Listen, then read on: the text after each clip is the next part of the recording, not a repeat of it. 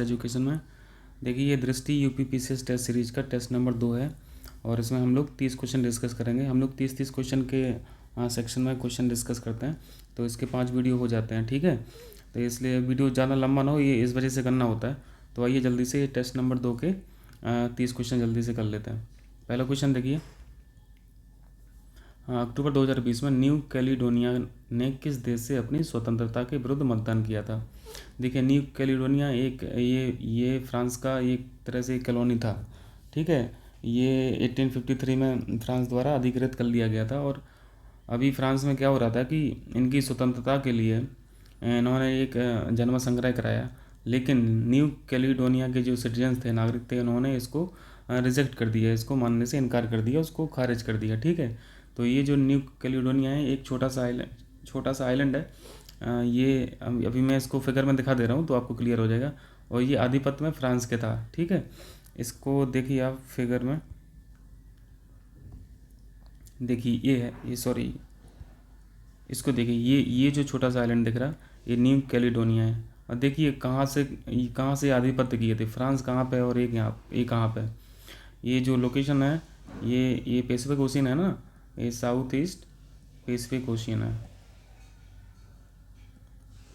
ठीक है, तो इसकी लोकेशन भी ध्यान रखा रहिएगा। चलिए क्वेश्चन करते हैं नंबर दूसरा। निम्नलिखित में से कौन सा क्वाड का हिस्सा नहीं है। क्वाड के बारे में आप लोग जानते हो कि ये सुरक्षा सहयोग के लिए, रक्षा और सुरक्षा सहयोग के लिए एक 4 देशों का एक संगठन है। ठीक है, जो आपस में डिफेंस और सिक्योरिटी के जो कॉपरेशन होते हैं उन सबको मजबूत करने के लिए प्रयास करते रहते हैं। तो इनमें जो 4 देश हैं वो कौन कौन से हैं, वो आइए हम सीधा फिगर में देख लीजिए ताकि टाइम भी वेस्ट ना हो। देखिए पहला कंट्री है इंडिया, दूसरा है यूएसए, ये यूएसए का ही पार्ट है, ये अलास्का वाला रीजन है।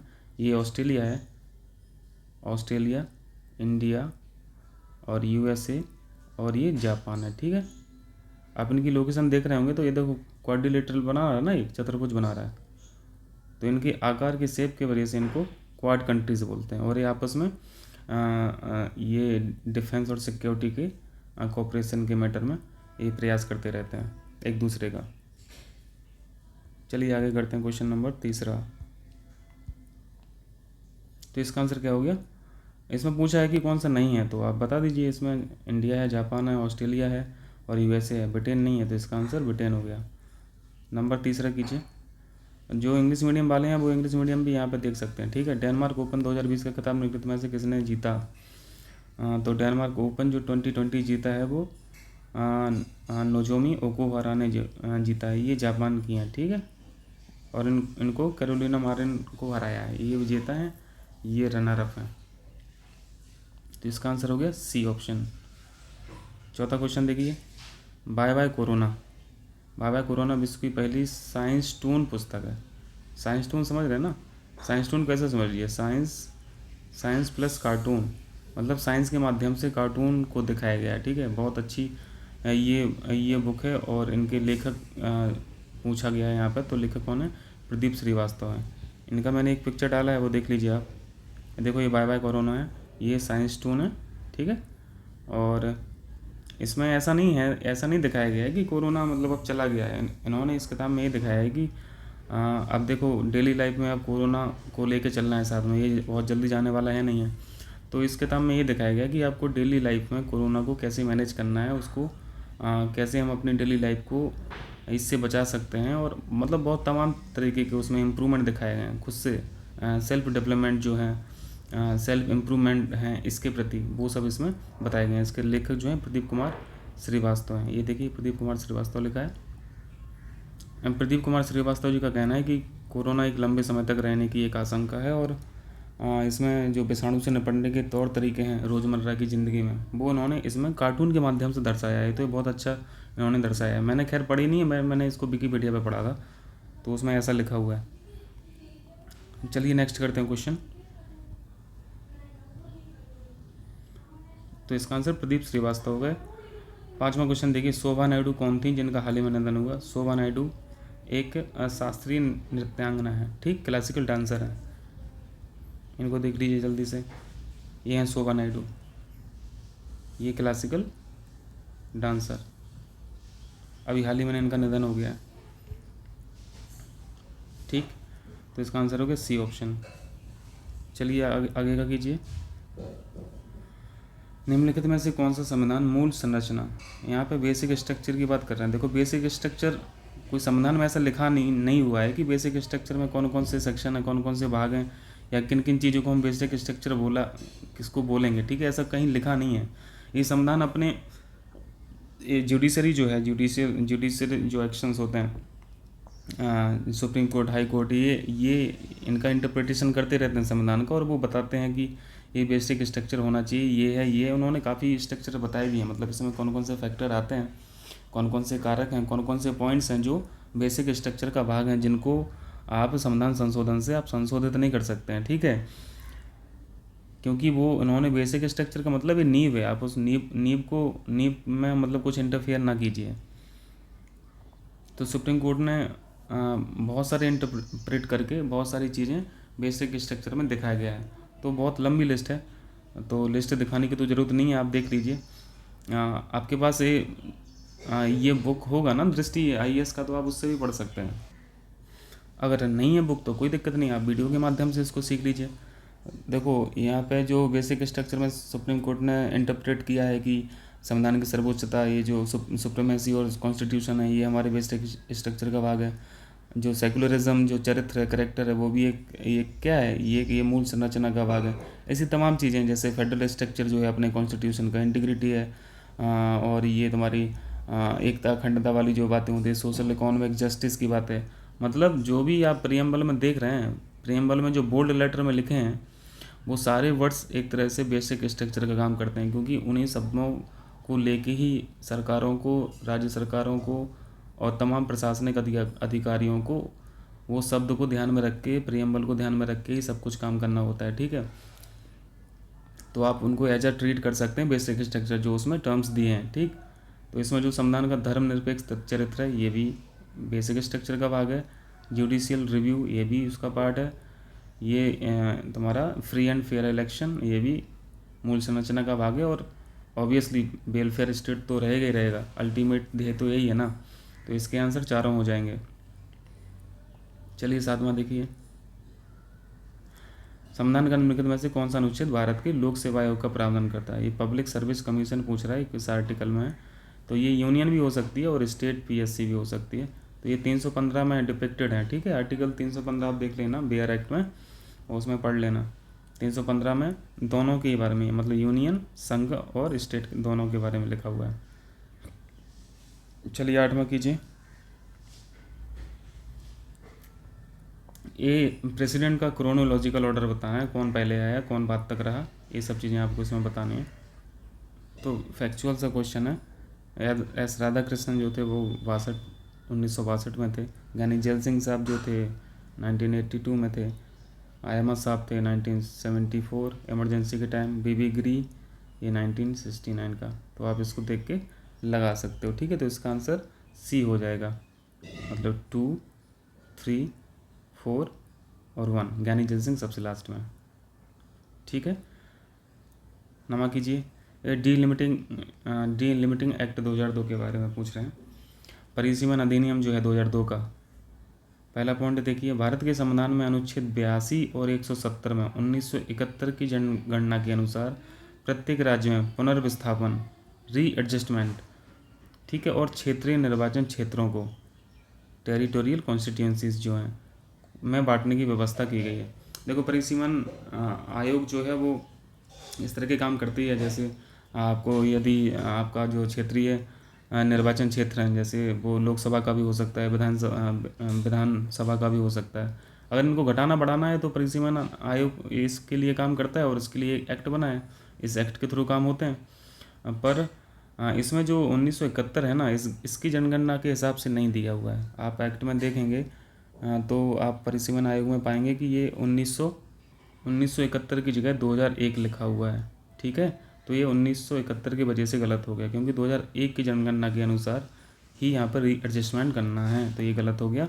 दूसरा पॉइंट देखिए, भारत के संविधान के अनुच्छेद आर्टिकल 330 और 332 में 2001 की जनगणना, देखो यहाँ पे ईयर सही दे दिया, जनगणना के आधार पर लोकसभा और राज्यों की विधानसभाओं में शेड्यूल शेड्यूल कास्ट और शेड्यूल ट्राइब के लिए आरक्षित सीटों की संख्या को पुनर्निर्धारित करने की व्यवस्था की गई है। ठीक है, ये परिसीमन अधिनियम 2002 में ये डिपेक्टेड है। तो ऑप्शन पॉइंट नंबर 2 सही है, पॉइंट नंबर 1 गलत है। इसका मतलब है आंसर हो गया बी ऑप्शन। ठीक है, चलिए आगे बढ़िए। परिसीमन आयोग का जैसे आपके क्षेत्र पंचायत हैं, जैसे आपके हो सकता है कि आपके 2 जिलों में एक ही सांसद हो, है ना। अब कल को ज़्यादा जरूरत पड़ गई तो उन 2 जिलों में 2 सांसद हो सकते हैं ना, तो आपका फिर लोकसभा क्षेत्र बढ़ा दिया जाएगा। तो ये सब काम कौन करता है? ये परिसीमन आयोग करता है। ठीक, 10वां क्वेश्चन देखिए। राज्य लोक सेवा आयोग मतलब स्टेट पब्लिक सर्विस कमीशन के अध्यक्ष और सदस्य 6 वर्ष की अवधि के लिए ये रिक्त स्थान दिया है, ब्लैंक दिया है। कितनी आयु तक, मतलब ये रिटायरमेंट एज पूछ रहे हैं, तो ये 62 ईयर होती है। ठीक है, अगर यूनियन की बात करें, यूपीएससी की बात करें, तो वहाँ पे 65 वर्ष होती है। इनको इलेक्ट कौन करता है? यूपीएससी के चेयरमैन को प्रेसिडेंट इलेक्ट करते हैं, और स्टेट पीएससी जो होते हैं उनको राज्यपाल इलेक्ट करते हैं। इलेक्ट नहीं, मतलब ये अपॉइंट करते हैं, सॉरी इलेक्ट नहीं शब्द बोलना चाहिए, अपॉइंट करते हैं। ठीक, तो इसका आंसर 62 हो गया। 11वां क्वेश्चन देखिए। किसने संविधान सभा का संघीय संविधान समिति की अध्यक्षता की? मतलब यूनियन कॉन्स्टिट्यूशन कमेटी। देखो, जब संविधान बनना था तो संविधान सभा ने क्या किया था कि एक तरह से काम डेलीगेट कर दिया था। तमाम विद्वान लोग थे तो काम डिस्ट्रीब्यूट कर दिया था कि आप ये देख लीजिए, आप ये कर लीजिए, आप प्रांत वाला काम देख लीजिए, आप यूनियन शक्ति का काम देख लीजिए, आप जनजातियों के क्षेत्र के बारे में देख लीजिए। मतलब काम को डिस्ट्रीब्यूट कर दिया था, और डिस्ट्रीब्यूट ये समितियों के माध्यम से कर दिया था। तमाम समिति थी, मोटी मोटी 8 समितियाँ थीं, फिर उसकी भी छोटी छोटी समितियाँ थीं। ठीक है, जैसे ड्राफ्टिंग कमेटी, आपने अच्छे खासा पढ़ा होगा ड्राफ्टिंग कमेटी के बारे में। डॉक्टर बी आर अम्बेडकर साहब ने ड्राफ्ट किया था कॉन्स्टिट्यूशन को, तो वो उनका काम था, उनकी कमेटी का काम था, उनकी समिति का काम था। ऐसे ही तमाम तरह की कमेटी थी जो अपना अपना काम कर रही थी। ठीक है, तब जाके लगभग 3 साल में कॉन्स्टिट्यूशन बना। तो संघीय संविधान समिति की जो अध्यक्षता की वो की किसने? JL नेहरू साहब थे।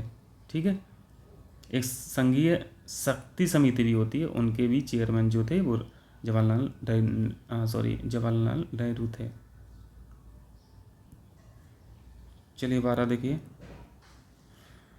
प्रियम्बल की बात कर रहे हैं, और प्रियम्बल में जो जो यहाँ पे वर्ड्स लिखे हैं, शब्द लिखे हैं, देखो जो अभी मैंने बताया क्वेश्चन में कि इस प्रस्तावना में जितने भी आपको वर्ड्स दिख रहे हैं ना, जो बोल्ड लेटर में लिखे हैं, वही बेसिक स्ट्रक्चर हैं। आप वो संविधान की आत्मा है ये सब शब्द, आप इनको हटा नहीं सकते हैं। समता यदि हटा दोगे संविधान से तो फिर डेमोक्रेसी का मतलब हो क्या? कानून और शासन का मतलब है ना। जस्टिस कैसे हटा सकते हो आप एक शासन में से?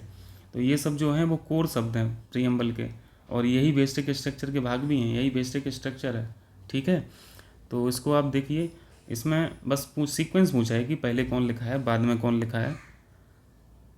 तो आपने अगर देखो प्रियम्बल, आप एक तरह से देखो बिल्कुल याद कर लीजिए, क्योंकि बहुत सारे क्वेश्चन आते हैं, बहुत सारे। आप याद रहेगा तो आप काफ़ी क्वेश्चन उसको हिंट आउट कर लेंगे। देखिए आप यहाँ पे देखिए, समाजवादी, पंथ निरपेक्ष, लोकतांत्रिक, इसे ट्रिपल एस DR से मैं याद किया हूँ इसको। ठीक है, सोवरेन, सोशलिस्ट, सेकुलर, डेमोक्रेटिक और रिपब्लिक, ट्रिपल एस DR से मैं इसको याद रखा हूँ। और जो नए शब्द जोड़े गए थे 1976 में 42 संविधान संशोधन अधिनियम से, वो कौन से शब्द जोड़े गए थे? SSI, मैं इसकी SSI से कोट रखा हूँ, SSI मतलब सोशलिस्ट, सेकुलर और इंटीग्रिटी। ठीक है, मतलब समाजवादी, पंथ निरपेक्ष और अखंडता। तो ये ऐड हुए, और ये ऐड होने के बाद ये स्ट्रक्चर बन गया था। पहले सोशलिस्ट और सेकुलर नहीं था ना, तो पहले तो सिर्फ SDR था, मतलब सोवरेन, मतलब संपूर्ण प्रभुत्व संबंध था पहले, डेमोक्रेटिक था और गणराज्य था। बस ये तीनों शब्द लिखे थे, बाद में ये ऐड हो गया SSI। तो 2 S यहाँ पे ऐड कर दिए। एक मिनट मैं पेन चेंज करूँ। ये 2 वाले जो S हैं, ये समाजवादी और सोशलिस्ट है, ये सोशलिस्ट और सेकुलर है, वो यहाँ पे ऐड कर दिए इसकी जगह। तो ये पूरा स्ट्रक्चर कैसे बन गया? SSSDR बन गया। समता यहाँ लिखा हुआ है और अखंडता यहाँ लिखा हुआ है। अब क्वेश्चन देखिए, क्वेश्चन क्या कह रहा है? एक सेकंड, क्वेश्चन कहाँ गया? हाँ, गणतंत्र, समता, समाजवादी। देखिए गणतंत्र आप SSSR में जाएंगे तो सोशलिस्ट दूसरे नंबर का है, ठीक है, तो पहले तो यही लिखा है, तीसरा। क्लियर। फिर गणतंत्र की बात करेंगे तो गणतंत्र ही है, रिपब्लिक, ये यहाँ पे लिखा है। और समता न्याय बाद में लिखे हैं, इसका मतलब है सेकंड और फोर्थ तो बाद में आएंगे, पहले तीसरा आ जाएगा फिर 1 आ जाएगा। द थर्ड और 1, थर्ड और 1 सिर्फ एक ही ऑप्शन में है, वो है ए, ठीक। और समता न्याय और देख लीजिए, मतलब इस ऑप्शन के हिसाब से पहले समाजवादी फिर गणतंत्र, इसके बाद न्याय आएगा फिर समता आएगा। अब कॉन्स्टिट्यूशन में देखिए, आप प्रियम्बल में देखिए, पहले न्याय आएगा फिर समता आएगा, ठीक है। चलिए अब जल्दी से आगे बढ़ते हैं। क्वेश्चन नंबर 13 कीजिए। पंचायत ये जो panchayat extension to schedule area 1996, ये एक्ट बहुत इंपॉर्टेंट है, ये इसका ईयर भी पूछ लेता है कभी कभी, तो इसके विषय में बताना है कौन कौन से पॉइंट सही हैं। तो देख लेते हैं पॉइंट हम लोग क्या है। अनुसूचित क्षेत्रों मतलब शेड्यूल्ड एरिया में सभी स्तर पर मतलब ग्राम स्तर पर, ब्लॉक स्तर पर, जिला स्तर पर, सभी स्तर पर पंचायतों की अध्यक्ष जो भी चीफ हैं, ग्राम प्रधान ग्राम स्तर के रहेंगे, दूसरा स्तर जो ब्लॉक है तो वहाँ पे ब्लॉक प्रमुख रहेंगे, और जिला रहेंगे तो जिला पंचायत अध्यक्ष रहेंगे। मतलब सभी इस तरह की पंचायतों के अध्यक्षों की सभी सीटें अनुसूचित जनजातियों के लिए आरक्षित होंगी। पहला पॉइंट ये है। दूसरा पॉइंट है, तो ये इस एक्ट में डिपिक्टेड है, ठीक है। रिजर्व सीटें रिजर्व रहेंगी हर स्तर पर, तीनों स्तर पर सीटें रिजर्व रहना है। दूसरा पॉइंट पढ़िए, शेड्यूल्ड एरिया में पूर्वानुमान लाइसेंस, यानी यहाँ पे इंग्लिश देख लीजिए यदि दिक्कत हो रही तो, प्रोस्पेक्टिंग लाइसेंस और खनिज माइनिंग, ठीक है, माइनिंग खनिजों के लिए खनन पट्टा देने के लिए, मतलब लीज को देने के लिए ग्राम सभा या ग्राम पंचायतों की अनुशंसा आवश्यक है। मतलब उनकी जो रिकमेंडेशन है वो मैंडेटरी लिखा है, मैंडेटरी है, और ये भी बिल्कुल करेक्ट है। वैसे यहाँ पे लघु खनिज लिखा रहता है, लघु खनिज के लिए ही अनुशंसा होती है। यदि वो लघु के अलावा जो होते हैं खनिज, अगर उनकी बात होगी तो फिर अनुशंसा की आवश्यकता नहीं होती। वैसे यहाँ पे लघु लिखा नहीं है, तो उस हिसाब से तो आंसर एक होना चाहिए। पर दृष्टि ने इसका आंसर 2 दिया है, तो हो सकता है यहाँ पे शायद लघु लिखना भूल गए हों, क्योंकि सॉल्यूशन में उन्होंने लघु लिखा हुआ है, ठीक है, माइनर लिखा हुआ है, माइनर शब्द उन्होंने यूज किया है, तो माइनर के हिसाब से सही हो जाएगा। चलिए 14वां कीजिए। कॉन्स्टिट्यूशन के किस आर्टिकल के अंतर्गत विधेयकों की स्वीकृति, मतलब एसेंट ऑफ द विल्स पूछ रहा है, तो किस आर्टिकल में है एसेंट ऑफ द विल्स? 111 में है, ठीक है, बिल्कुल वेरी वेरी इंपॉर्टेंट है question. 85 article very very important, 108 भी बहुत इंपॉर्टेंट है, 117 भी इंपॉर्टेंट है। 85 में क्या है, जैसे 108 में जॉइंट सेशन है, बहुत बहुत इंपॉर्टेंट है जॉइंट सेशन, संयुक्त अधिवेशन जो होता है दोनों सदनों का, कभी कभी जब ज़रूरत पड़ती है, कुछ ऐसी सिचुएशन बन जाती हैं तो वहाँ पे जॉइंट सेशन कराना पड़ता है। मतलब सारे विधेयकों में नहीं ज़रूरत होती है, वो बात का डिस्कशन का विषय है। अनुच्छेद 117 में क्या है, यहाँ पे फाइनेंस बिल की बात होती है, फाइनेंस बिल की मतलब वित्तीय बिल की। 111 में एसेंट ऑफ बिल्स है, जो क्वेश्चन में पूछा गया है, एसेंट ऑफ बिल्स है। और अनुच्छेद 85 में मैं थोड़ा सा भूल रहा हूँ, यहाँ पे देख ले रहे हैं आप, तो पहले ये देख लीजिए जो पूछा है, आर्टिकल 111, मैं इसको जूम कर दूँ थोड़ा, एसेंट ऑफ बिल मतलब बिलों की स्वीकृति 111 में, क्लियर। इसके बाद एक क्वेश्चन था, ये उसी में एक और आर्टिकल था, आर्टिकल 117, ये आर्टिकल है, ठीक है, ये आर्टिकल लिखे हैं, ये मैंने स्क्रीनशॉट लिया हुआ है कॉन्स्टिट्यूशन की PDF का। 117 आर्टिकल में क्या है, special provision as to financial bill. आप इसको वित्तीय बिल के नाम से बता याद रखिए, इसमें वित्तीय बिल के बारे में चर्चा की गई है, ठीक है।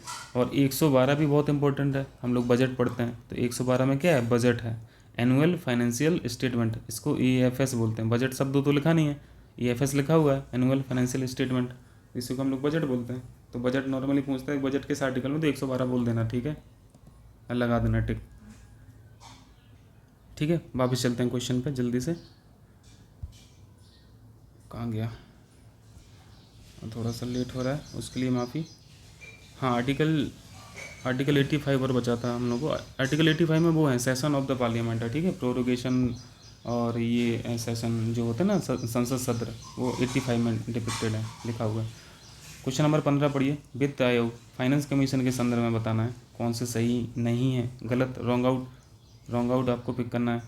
यह एक अर्ध न्यायिक निकाय है, मतलब ये क्वासी जुडिशियल बॉडी है।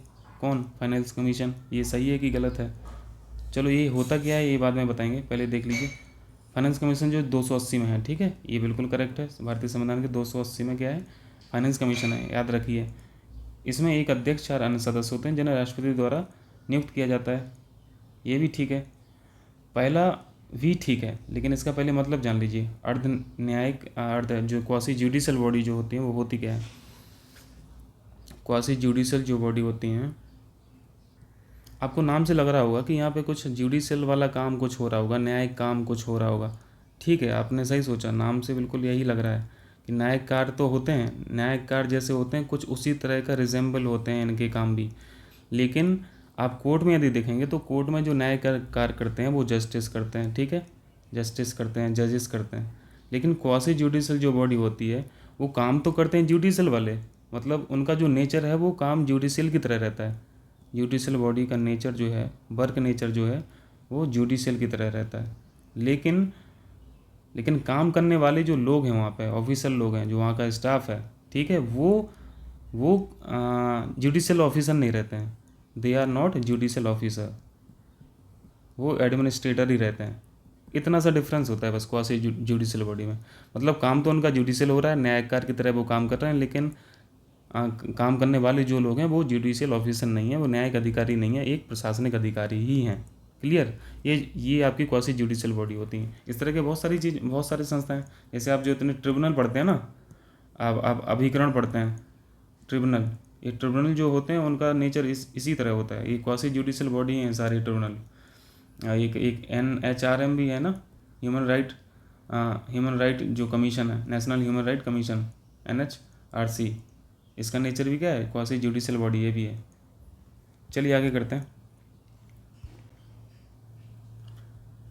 तो ये हो गया, ठीक है, 15 क्वेश्चन हो गया। तो पहला भी सही है, दूसरा भी सही है, तीसरा भी सही है, लेकिन यहाँ पे गलत आपको पिक करना है। तो आंसर हो गया डी ऑप्शन। इससे कन्फ्यूज मत हो जाना, इसमें मैंने टिक लगा दिया जो, क्योंकि यहाँ पे गलत बताना है आपको। इसके सदस्य जो है ना वो री अपॉइंटमेंट के लिए एलिजिबल होते हैं, लेकिन यहाँ पे नहीं लिखा है, वो री अपॉइंटमेंट के लिए एलिजिबल होते हैं, ठीक। तो गलत क्या है, डी ऑप्शन।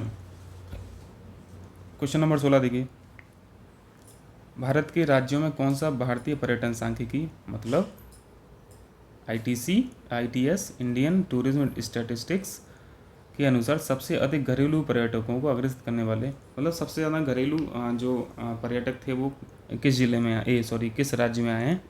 और घरेलू की बात हो रही है, ठीक है, मतलब इंडिया से ही लोग कितने घूमने आए हैं, किस राज्य में गए हैं घूमने, तो ये यूपी है, यूपी का क्वेश्चन है, तो थोड़ा सा ध्यान रखना इम्पोर्टेंट है।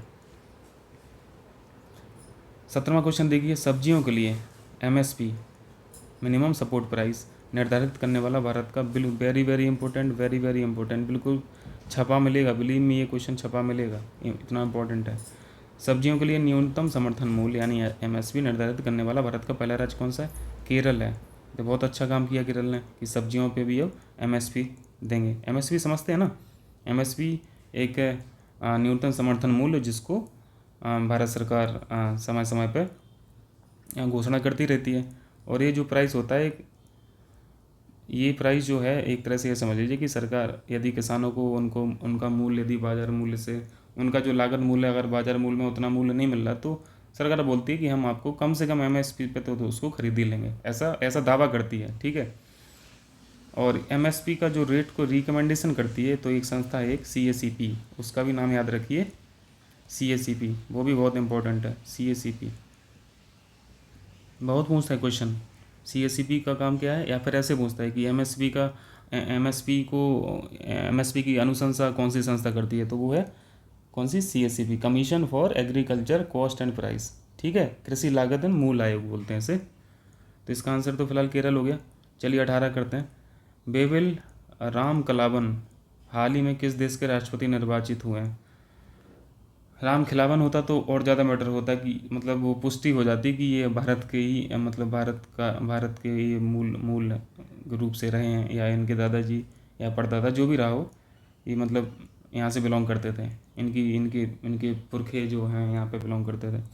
तो ये सेशल्स के हैं राष्ट्रपति, नए अभी जो हैं इनको निर्वाचित किया गया।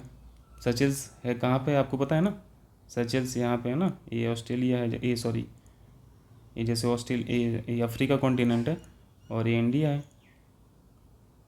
तो यहाँ ये क्या है, ये इंडियन ओशियन है, ये इंडियन ओशियन है। यहाँ पे है सेचेल्स, सेचेल्स की लोकेशन यहाँ पे। इसकी कैपिटल क्या है, विक्टोरिया, विक्टोरिया इसकी कैपिटल है। तो इसका आंसर क्या हो गया, सेचेल्स। चलिए आगे क्वेश्चन करते हैं।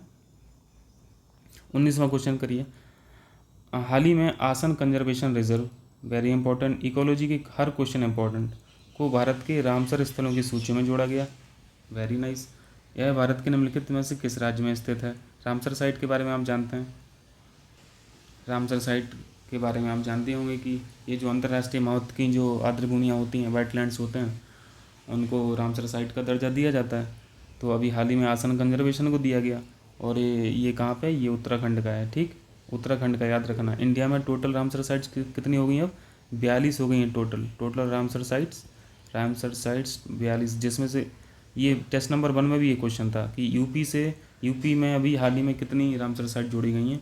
अभी 7 जोड़ी गई हैं। टोटल यूपी में कितनी है, 8। इसका मतलब है ऑल ओवर इंडिया में 42 है रामसर साइट्स, जिसमें से 8 सिर्फ और सिर्फ यूपी से ही हैं। क्लियर। रामसर के बारे में जानते हैं, ईरान का शहर है, और ये 1971 में कन्वेंशन हुआ था। तभी से इसको क्या है, इसको मतलब ये चलन में चल रहा है तभी से। 1982 में भारत में लागू हो गया था। ठीक, चलिए 20वां क्वेश्चन करते हैं।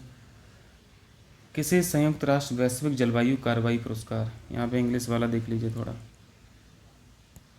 ये UN global climate action award 2020, very important, ये हाल ही में अभी दिया गया है ग्लोबल हिमालयन एक्सपीडिशन को, GHE। GHE एक संस्था है जो सौर ऊर्जा के माध्यम से गांव-गांव में बल्ब बिजली प्रोवाइड कराती है। और भी काफ़ी काम है, लेकिन इनका काम अभी सोलर एनर्जी में, सोलर ऊर्जा के माध्यम से गांव-गांव में बिजली पहुंचाना, इनका काम अभी रिसेंटली रहा है 2019 के समय में, 2018-20 के समय में। तो इसलिए इनको क्या दिया गया, ये कार्रवाई पुरस्कार दिया गया।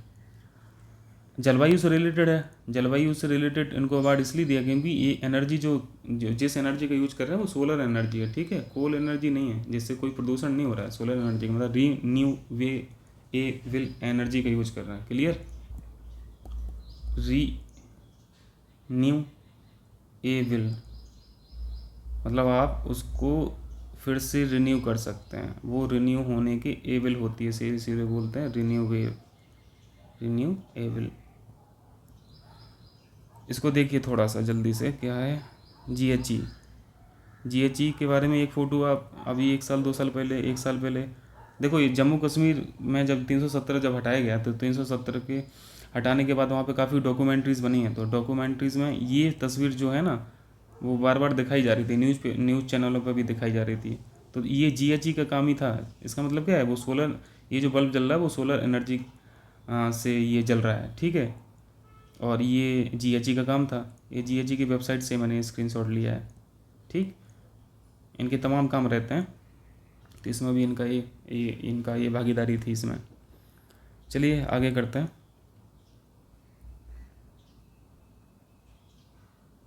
कहाँ पहुँचे, हाँ 21 कीजिए। यहाँ पर प्रेसिडेंस ऑर्डर पूछा है। प्रेसिडेंस ऑर्डर जो होता है, रैंक में कौन ऊपर कौन नीचे, ये आपको बताना है। तो ये तो आसान सा ही क्वेश्चन है। सबसे ऊपर तो आप जान ही रहे हैं, प्रेसिडेंट साहब होंगे, फिर VP साहब होंगे, फिर प्राइम मिनिस्टर साहब होंगे। ठीक है, इसके बाद गवर्नर होंगे, इसके बाद पूर्व वाइस प्रेसिडेंट होंगे। ठीक है, पूर्व प्रेसिडेंट। अब इससे मिला लीजिए कौन कौन मैच कर रहा है।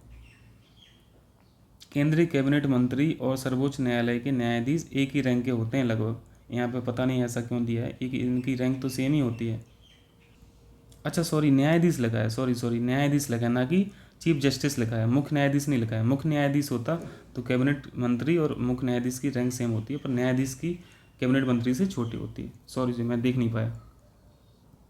तो यहाँ पे देख लीजिए, प्रेसिडेंट तो है नहीं ऑप्शनों में, वाइस प्रेसिडेंट में नहीं है, PM भी नहीं है, गवर्नर है। तो सबसे पहले नाम किसका हो जाएगा, गवर्नर का, मतलब सेकंड हो जाएगा। ठीक है, फिर इसके बाद वाइस प्रेसिडेंट का हो जाएगा, मतलब 4 आ जाएगा। फिर कैबिनेट मंत्री का आ जाएगा। इसके बाद फिर जस्टिस, जो सुप्रीम कोर्ट के जस्टिस हैं, उसके बाद 1 आ जाएगा। इसका मतलब ऑप्शन 2 आंसर करेक्ट हो गया। क्लियर, इसको याद रखिए। मेरे पास प्रेसिडेंस ऑर्डर की मैं विकीपीडिया से एक स्क्रीनशॉट पड़ा है, उसको देख लीजिए। जो ये नाम लिखा है इससे मतलब नहीं है, अभी आपको बस प्रेसिडेंस ऑर्डर देखना है कि सबसे ऊपर कौन है रैंक में, सबसे नीचे कौन है। रैंक 1 किसकी है?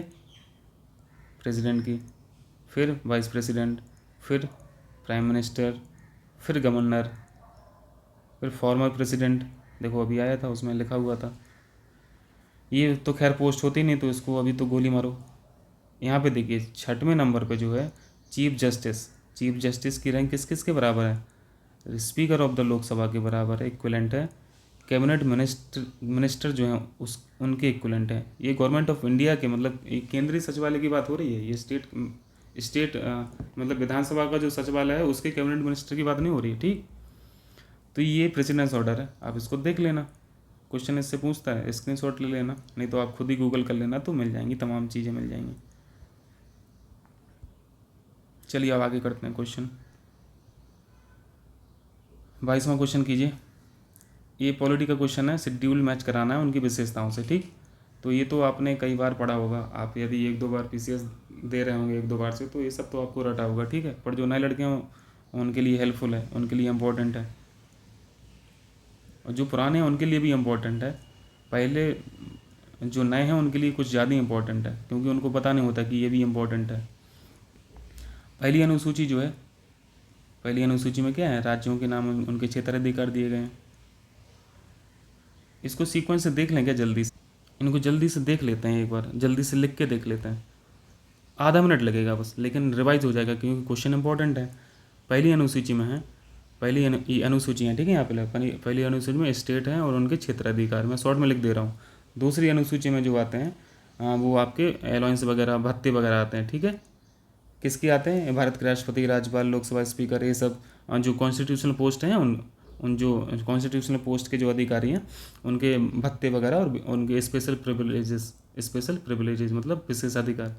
तीसरी अनुसूची में ओथ के बारे में चर्चा की है, ओथ मतलब शपथ के बारे में चर्चा की है। लेकिन ध्यान रखना, इस तीसरी शेड्यूल में शपथ के बारे में चर्चा की गई है, लेकिन यहाँ पे प्रेसिडेंट की शपथ के बारे में चर्चा नहीं हुई है, ठीक है। प्रेसिडेंट का शपथ एक अलग आर्टिकल है, ठीक। शायद 60 आर्टिकल है ना, हाँ 60 आर्टिकल में उनका अलग से ही शपथ वहाँ पे है, और फॉर्मेट भी दिया गया है। आर्टिकल 60 में शपथ का फॉर्मेट कैसे होगा, वो बोलेंगे कैसे कैसे, हर शब्द उसमें लिखा हुआ है, ठीक। लेकिन 3rd शेड्यूल में जो शपथ है इसमें प्रेसिडेंट की शपथ नहीं है, बाकी अधिकारी की है। जैसे जो राज्यसभा के एमपी हैं, लोकसभा के एमपी हैं, केंद्रीय मंत्री हैं, ठीक है, सीएजी हैं, ये सब न्यायाधीश हैं सुप्रीम कोर्ट के और हाई कोर्ट के। चौथे शेड्यूल में है, चौथे शेड्यूल में आपको पता होगा कि यहाँ पर राज्यसभा की सीटों के बारे में है, राज्यसभा की सीटें। 5वें शेड्यूल में क्या है, जल्दी से बताइए। 5वें शेड्यूल में अनुसूचित क्षेत्र मतलब शेड्यूल्ड एरिया और शेड्यूल्ड ट्राइब के जो प्रशासन और नियंत्रण से संबंधित प्रावधान है वो उसमें है, ठीक है। 6वें में एटीएम मशीन, इसको ऐसे याद रखिए, एटीएम मशीन के प्रशासन के बारे में चर्चा की गई है। एटीएम मशीन का मतलब असम, त्रिपुरा, एम का मतलब मेघालय, और एम का मतलब है मिजोरम। क्लियर, एटीएम मशीन के प्रशासन के बारे में बात की गई है। 7वां शेड्यूल सूचियों से है, सूचियाँ मतलब जो यूनियन लिस्ट है, स्टेट लिस्ट है और कॉन्करेंट लिस्ट है। 8वीं अनुसूची में भाषाएं हैं, क्लियर। 9वीं अनुसूची में लैंड रिफॉर्म्स हैं मतलब भूमि सुधार। 10वीं अनुसूची में एंटी डिफेक्शन है, क्लियर, मतलब दल बदल का जो कानून है। और 11वीं अनुसूची में पंचायत हैं, मतलब पंचायती राज। जो पार्ट 9 में पढ़ते हो ना, पंचायती राज वाला। पार्ट 12 में म्यूनिसिपैलिटी मतलब नगर पालिका है। ये कौन सा पार्ट है? ये पार्ट 9A है, ये 9th है, ये 9th A है, ठीक है। ये जल्दी से हो गया। अब जल्दी से क्वेश्चन पे चलते हैं, नहीं तो हम लोग इस वीडियो को बड़ा बना देंगे। तो अब ये मैच कर लेंगे ना आप, ये जल्दी से कर लें। 12वीं अनुसूची में आपको पता है नगर पालिका है, तो डी का 2 हो गया, डी का 2 एक ही ऑप्शन में है, बाकी मिला लेना, ठीक है। हम लोग वहाँ पे तो देख चुके हैं ना। क्वेश्चन नंबर 23 देखिए। देश में वस्तु एवं सेवा कर शुरू किया गया था। देश में वस्तु सेवा कर जीएसटी, ये 101 कॉन्स्टिट्यूशनल अमेंडमेंट एक्ट जो आया था उसके तहत किया गया था, ठीक है। इसमें एक आर्टिकल अलग से जुड़ा है 279A, ये भी बहुत इंपॉर्टेंट है। इस आर्टिकल में प्रेसिडेंट को ये पावर दी गई है कि आप जो जीएसटी काउंसिल है उसका आप गठन कर सकते हैं, जीएसटी काउंसिल। तो वो करते हैं, एक बार कर भी चुके हैं, ठीक। और इनडायरेक्ट टैक्स होता है, जीएसटी इनडायरेक्ट टैक्स है, ठीक, इनडायरेक्ट टैक्स है। चलिए 24वां करते हैं। 24वां कह रहा है कि निम्नलिखित में से किन भाषाओं को शास्त्रीय भाषाओं का दर्जा दिया गया है। ये क्लासिकल लैंग्वेज की बात कर रहे हैं। टोटल लैंग्वेज जो क्लासिकल है वो 6 हैं। 6 कौन कौन सी हैं? एक तो तमिल है, तमिल ही हो गई है। दूसरी तेलुगु है, ठीक है। ये जो 3 लिखी है ना, ये तो 3 हैं ही। संस्कृत भी है, उड़िया भी है, तमिल भी है। चौथी तेलुगु हो गई, और पाँचवीं आपकी कन्नड़ हो गई, और छठवीं आपकी मलयालम हो गई। ये 6 भाषाएं क्लासिकल हैं। तो इसके आंसर तो फिलहाल 1 2 3 ही हैं, बाकी 3 भी याद रखिए। चलिए आगे बढ़ते हैं। 25वां क्वेश्चन कह रहा है निवारक निरोध, प्रिवेंटिव डिटेंशन। इसका मतलब जान रहे हैं ना आप लोग, प्रिवेंटिव डिटेंशन होता क्या है? मतलब इसमें सिक्योरिटी एजेंसी जो हैं आप या पुलिस डिपार्टमेंट है, किसी को भी पकड़ लेते हैं इस आधार पे कि यदि आपको रिलीज किया जाए या फिर आपको छोड़ दिया जाएगा तो आप फर्दर मर्डर कर सकते हैं। मतलब ये फर्दर मर्डर या फर्दर क्राइम से प्रिवेंशन है, ठीक है। इसका मतलब ये समझ लेना। तो ऐसे कौन कौन से कानून हैं? नार्कोटिक्स बिल्कुल होता है, किसी को भी उठा ले जाते हैं। एनएसए राष्ट्रीय सुरक्षा के नाम पे उठा लेते हैं, है ना। तो ये सब ये कानून तो सभी हैं, लेकिन इसमें इनका एक क्रोनोलॉजिकल ऑर्डर पूछ रहा है, मतलब इनका स्थापना कब हुआ था, ये बने कब थे, ये बताना है। तो जो नार्कोटिक्स है वो 88 का ही है, जिसकी जन्म तिथि 80 हो या 89 हो 90 हो, जिसकी 88 हो वो जन्म तिथि पे अपना याद रख लेना कि हाँ नार्कोटिक ड्रग्स वाला जो है वो प्रिवेंटिव डिटेंशन लॉ बना था 1988 में। मतलब कुछ भी अपना ट्रिक बना लें, क्योंकि भूल जाता है, इतना सारा चीज़ है याद करने के लिए, कितना याद रखें। और एनएसए तो हाल ही में चर्चा में रहता ही है। पिछली बार जब कोरोना 2020 में कोरोना ने दस्तक दी थी, तभी से ये एक्टिव है और न्यूज़ में रहता है। तो राष्ट्रीय सुरक्षा अधिनियम 1980 का है। गैर कानूनी गतिविधियाँ, ये कब का है? ये आपका 1967 का, ये बहुत पुराना है। और विदेशी मुद्रा का संरक्षण यानी conservation of foreign exchange and prevention of smuggling activities act, ये 1974 का है। तो आप मैच कराएंगे तो पहला तीसरा आ जाएगा, ये सबसे पुराना है। फिर दूसरा आ जाएगा 1974, फिर चौथा आ जाएगा, इसका आंसर डी हो जाएगा, ठीक है। सबसे लेटेस्ट 1 है नार्कोटिक्स ड्रग्स वाला, तो पहला लास्ट में है, तो इसका आंसर डी हो गया। 26 कीजिए। 42 कॉन्स्टिट्यूशनल अमेंडमेंट एक्ट द्वारा संविधान की प्रस्तावना, 3 शब्द जोड़े गए। आपको पता है कौन सा शब्द जोड़े गए? SSI। मैं SSI से याद किया हो, आप भी रखें इसी से। SSI सोशलिस्ट, सेकुलर, इंटीग्रिटी, मतलब समाजवादी, पंथनिरपेक्ष और अखंडता। तो निम्नलिखित में से कौन सा नहीं है बताना, तो नहीं बता दीजिए। तो ये तो SSI हो ही गया, समता नहीं है, इक्विटी इक्वलिटी नहीं है। चलिए 27वां कीजिए। कौन सा संवैधानिक निकाय है, मतलब कौन सी बॉडी कॉन्स्टिट्यूशनल है? देखो बहुत सारी बॉडीज़ होती हैं, कॉन्स्टिट्यूशनल बॉडीज़ होती हैं, नॉन कॉन्स्टिट्यूशनल बॉडीज़ होती हैं, एक्स्ट्रा कॉन्स्टिट्यूशनल बॉडीज़ होती हैं, ठीक है, लीगल बॉडीज़ होती हैं। तो इन सब में अलग अलग डिफरेंस है, पर अभी इतना समय नहीं है हम लोगों के पास, हम लोग टेस्ट सीरीज कर रहे हैं, तो जल्दी से देख लीजिए। बस मोटा मोटा आइडिया आप यहाँ पे ये लगा सकते हैं कि संवैधानिक निकाय वो हैं जिनका जब संविधान बना था वो उसी समय पर बन गई थी, या फिर इनका स्थापना वर्ष देख लो। यदि इनका स्थापना वर्ष 1950 से पहले है ना, तो उनको संवैधानिक निकाय बोल दिया करो, कोई दिक्कत नहीं है। जिनका स्थापना वर्ष 1950 से पहले है वो संवैधानिक निकाय हैं, ठीक।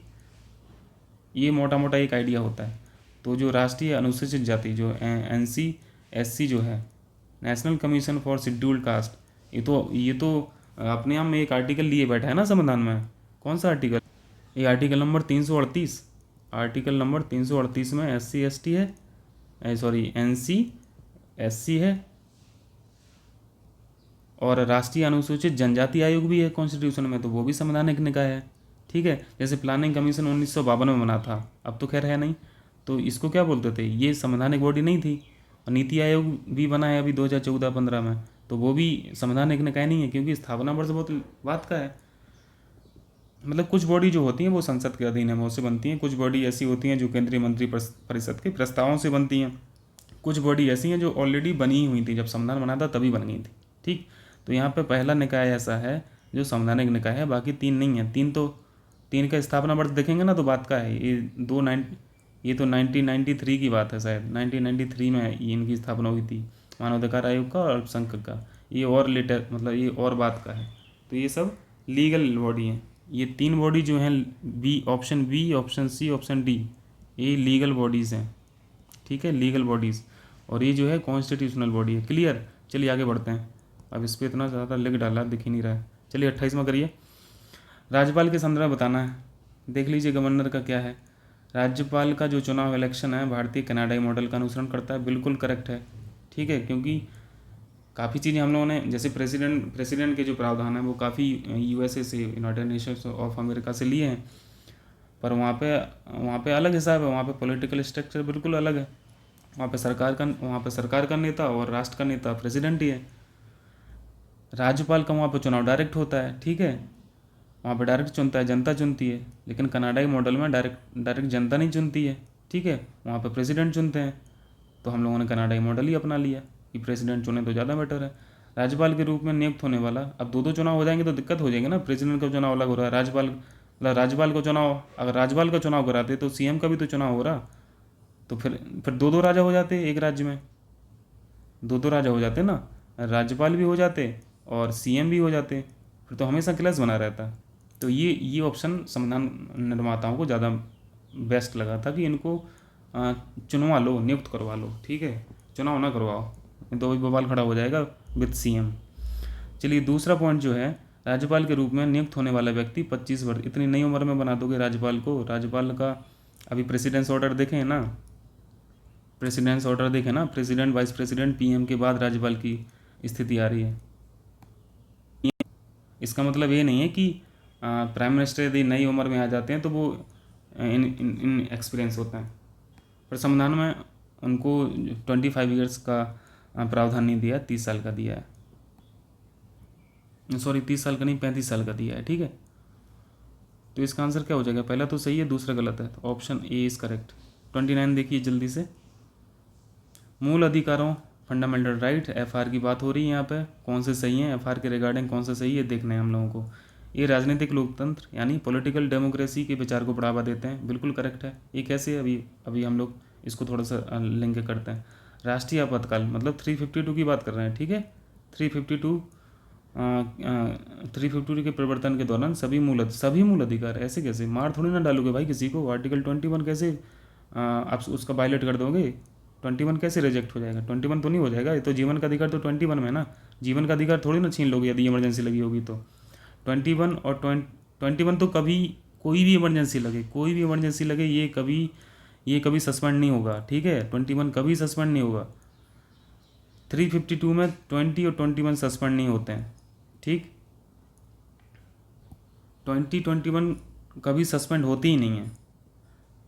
बोलने के अधिकार भले छीन सकते हैं या फिर उस पर कुछ युक्त निर्बंधन लगा सकते हैं, पूरी तरीके से मतलब रेस्ट्रिक्ट कर सकते हैं। आपका इंटरनेट वहाँ के एरिया का ख़त्म कर सकते हैं, आपका कम्युनिकेशन ब्लॉक हो जाएगा, ठीक है। लेकिन आपके जीवन का अधिकार तो नहीं छीन सकते ना। तो ये तो सभी तो नहीं होगा, तो ये तो गलत हो गया, तो 2 तो गलत है। पहला ऑप्शन राजनीतिक लोकतंत्र के विचार को बढ़ावा देता है, ये करेक्ट है।